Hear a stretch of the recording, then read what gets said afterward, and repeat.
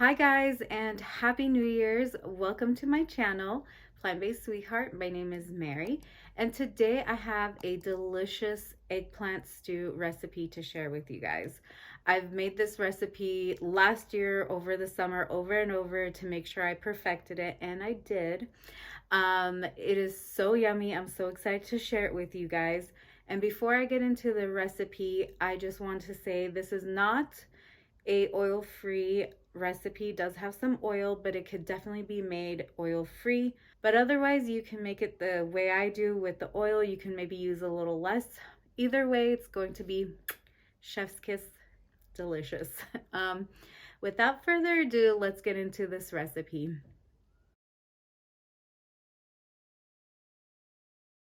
Let's go over these ingredients. First, you're going to need one large eggplant. And if you can't find a large one like this, then get two small ones. It's no big deal. This recipe is not finicky at all. You will also need some mushrooms of any kind, whatever works for you. And if you don't like mushrooms, you can leave it out, but I don't recommend it because it works as a meat substitute in this recipe. But like I said, if you don't like mushrooms, it's totally fine. It's not gonna change anything else, but it's just another layer of flavor. You will need a few cloves of garlic. You will also need some diced tomatoes. I like the fire roasted ones because it just gives it a little extra flavor from the charredness from the roast. If you don't have it, don't worry, just use the regular diced tomatoes. You're all good. Another tomato ingredient you will need is some tomato paste.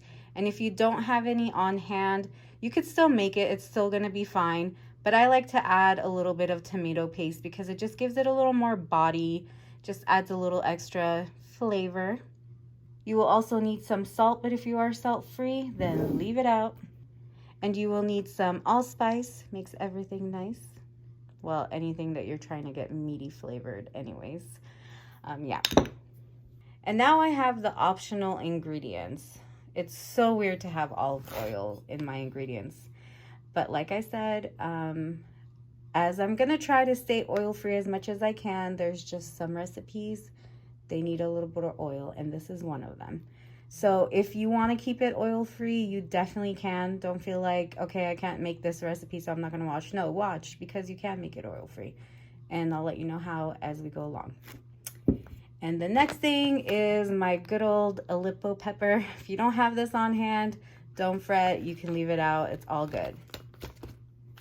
And the next thing that is totally optional, but I highly, highly, highly recommend is pine nuts. Yes, in most Middle Eastern cooking, pine nuts are like everywhere, as well as almonds. So if you don't have pine nuts or they're too damn expensive, because they are, you can use slivered almonds. It'll work just fine. Or you can completely leave it out. Like if you want to keep this low fat as possible, feel free to leave the nuts out. But I love it in there, so I will always have it. And that concludes all the ingredients in this yummy, yummy recipe. Let's get cooking. So I'm going to start off by roughly chopping my mushrooms. If you don't mind chunks, then you can totally skip this part. So I'm done roughly chopping my mushrooms, and as you can see, they're still big, but not as big as they were before. And then I'm going to cook them in this pan. I tried to make this a one pan dish, but I realized in testing it 4 times, when I would cook the mushrooms with the eggplant, the mushrooms wouldn't get cooked right, and I didn't like the texture. So this was the best way. So you can do this part like the night before you want to make this recipe if you wanted to. Honestly, this recipe doesn't take that long, but I mean, if you're in the mood one night to like semi-prep, I would definitely do this part first. So I'm just gonna add the mushrooms in here, and if need be, I'll add some water. Since the pan was really hot, as you can see, I decided to add a little bit of water so that they don't stick. Even though mushrooms do release a lot of water, I mean, it'll evaporate. It's all good. Put it all in there. So I'm going to let these cook. I'm not going to mix. Actually, I take that back. I'm going to put a little bit of salt to help them release their juices.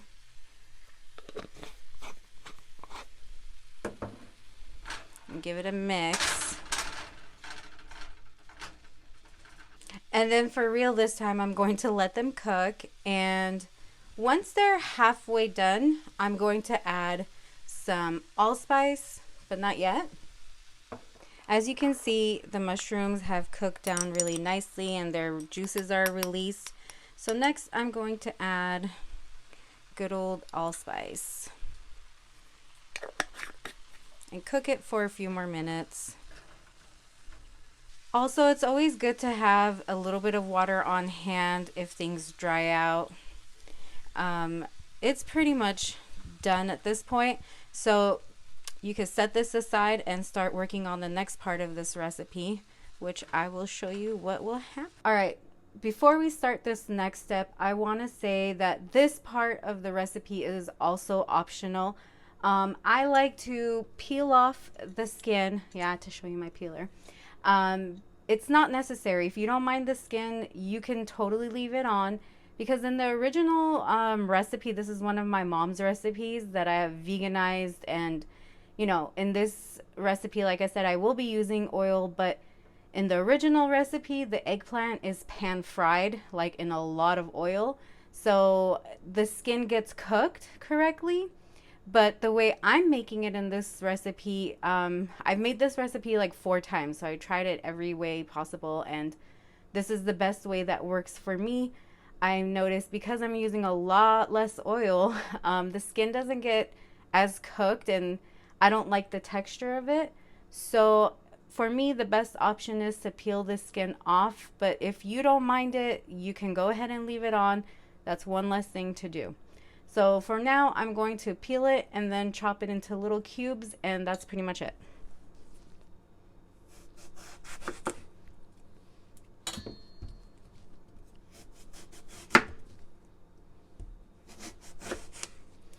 To make it easier to chop, since this is a huge eggplant, I cut it into half and then just wiggle. You need to be careful. Wiggle it down and just keep going until the whole thing is nice and peeled. I want to share something with you guys.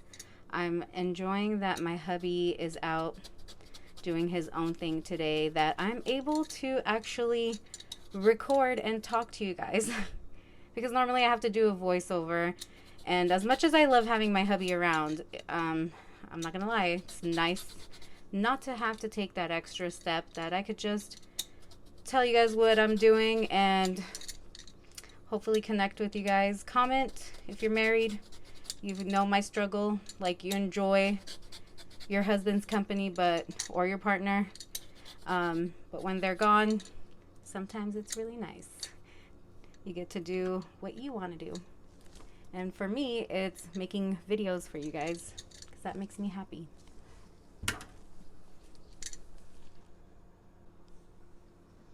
All right, and I'm gonna just show you guys real quick how I cube it, in case you don't know what cubing means. Just kidding, I'm sure you all know what it means. I'm using my camera on this weird thing that goes around your neck for the first time, and I hope this isn't too shaky for you guys. I'm trying to get creative here, you know what? And you want them like that.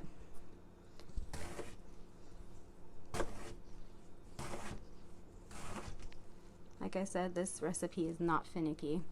I'm just chopping them like this so that they get cooked a lot faster. So now that half of them are cubed, I added a little bit of salt because eggplants tend to soak up the salt somehow. I don't know. Like, I tried to keep this low salt, but the first 2 times I made it, I kept having to add salt, and it's like, what do I do? And so my mom gave me this tip. She's like, salt it while you're cubing it all up and it should be fine, and it did. I didn't have to add much more salt to it later. So I've got my pan on really low, And I'm going to use 2 tablespoons of olive oil. That was a little more than a tablespoon. All right. I like to coat the pan so nothing sticks. And if it does, I've got some hot water, warm water from the faucet. That way I can add more water so it could deglaze and not stick. And now I'm going to saute the garlic once it gets hot enough. At this point, everything becomes dump and go and then simmer. Like, it's so easy. As you can see here, I minced 3 cloves of garlic, but you can use 1 if you don't want it that garlicky. You could use 4 or 5. It's your world, do you? For me, I'm going to stick to 3 because then my husband complains, "Oh, you smell like garlic." Well, yeah, that's how food tastes good. Flavor. If you guys don't follow me on Instagram, then you don't know that my husband is a very picky eater. He has like a palate of like a picky 5-year-old. So it's really hard with him. But you know what? I'll give him some credit. Sometimes he'll give things a try. Okay. Enough smack talk about my hubby. Let's get to cooking. Let's see. Yep. Whoops. Trying to check and see if the oil's hot enough. Not really. But you know what? I don't want those to get burned and then it gets bitter. So let's put it in. So if you're water sauteing this, then you obviously would put a little bit of water and saute the garlic the same. I'm going to cook these for about a minute, and then I'm going to add the, what do you call it? I'm going to add the eggplant. I don't know why that was so hard for me to say right now. Could not think of the word eggplant. I was thinking avocado. Ugh, my house smells so good. Okay, I don't want these to burn. So now I'm going to add, not the avocado, because there's no avocado in this, but eggplant. And you're going to see the eggplant sucks up that oil like in 2 seconds. I'm going to give it a good mix because I don't want the garlic to stay at the bottom. I should have chopped this a little smaller. So chop your eggplant a little smaller if it's in a not big enough pan like mine. So I'm going to bring the garlic to the top so it does not burn. So as you can see, it soaked up the oil. I'm going to let them cook for a minute or so. I'm going to bring up the heat a little bit. And then I'm going to add a little bit of water and add the lid to kind of steam cook them next because I want the eggplant to get really cooked. I've noticed when I don't cook the eggplant correctly, it doesn't come out the way I want it. So you want this to cook and be well cooked before. Okay, how many times can I say cook? You want it to be well cooked before you add the mushrooms. The reason why I say you want to add warm water instead of cold, because the pan is hot, and then if you add cold, then it's going to prolong the cooking process. So if you add warm water, you know, it's going to help it cook a little faster and keep the temperature the way it was. You don't want your food to cool down, if that makes any sense. So at this point, they've been stir frying, but they're starting to stick. I've had to dip this in the water to kind of help push things along. So now I'm going to add a little bit of water and put the top on and let it steam cook for a few minutes. Okay, careful with this part because it will, I put a little bit too much water. Don't do that. It's okay. It will cook off. Okay. Made a little bit of a mess, but that's okay. Just put a little bit, enough to deglaze the pan and Put the top on for about 2 minutes. Let it steam cook. Let's do its thing. We're looking to see that the eggplant is cooked and kind of like, I don't want to say mushy, but like that, because it's supposed to be very loose in this stew. It's not supposed to be like chunky and like that. That's not the texture. Normally you would look for that, but in this one you kind of want it loose and all over the place. Okay, I'm not making any sense, but you'll see at the end. So while the eggplant is steaming, I'm going to add some pine nuts, roast it. And again, you don't need oil for this because pine nuts are high in fat. They will release their own oils. So that's a good thing. And do not walk away from these. Right now, I'm just showing you guys. Eventually, I will start shaking them. And then when they're kind of like rosy, brownish, it's time to take them out and put them in another container. Do not leave it in the pan because they will burn. I'll show you the end results. Okay, so they've been steaming for quite some time, and going to give them a good mix, and it will stick. You will see that it's gonna stick, but the little bit of water from the top, you can see it's all coming off. I forgot to mention, if you're doing this the oil-free way, then you would definitely use water and then steam them, because that's the only way they're gonna really get cooked. And you're just gonna have to remember to like let them steam for 2 to 3 minutes and open, move them around. If they're sticking to the bottom, add more water, continue until they look like this. I don't know if you can see from the lighting, but that's what you're looking for. Next, I'm going to add my mushrooms, the cooked mushrooms. Give those a good mix. Since the mushrooms are cooked, you're not looking to cook them more. You're just mixing them in.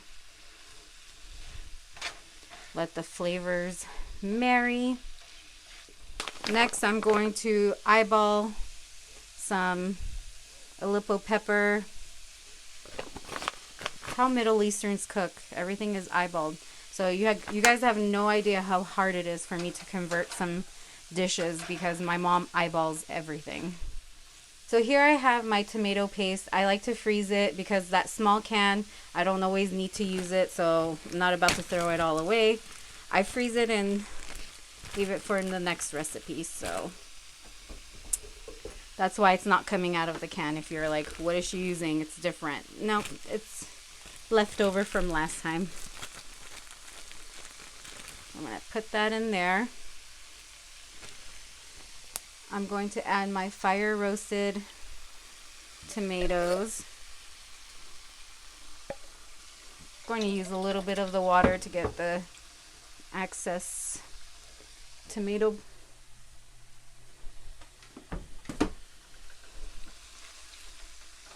Give this a good mixy mix. So now I'm going to add about half a cup of water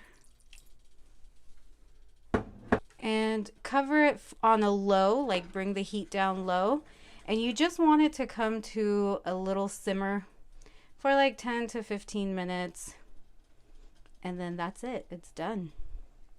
All right, so it's been 10 minutes, and every few minutes I open it and stir it around because you don't want it to burn at the bottom.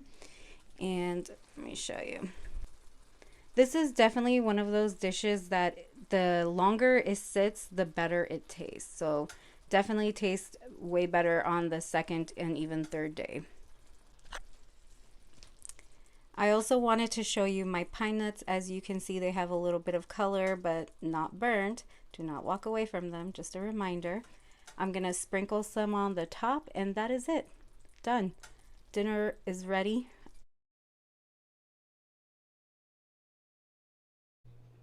And here is the final product. I love to top it over rice. Over here, I'm using Trader Joe's frozen jasmine rice because I was too lazy to make my own. And you can have it with any rice, brown rice, basmati rice, whatever you want. You could have it alone. You know, I gave some to my boss to taste test, and he put it on his pasta, and he said it was really good. So yeah, that is pretty much it. It's so yummy, so easy to make. I hope you guys give it a try. I hope you guys enjoyed this video as much as I enjoyed making it for you guys. If you make this recipe, please comment down below and let me know what you think. And if you haven't already, please subscribe, hit that bell for further notifications, and I will see you guys soon with another recipe.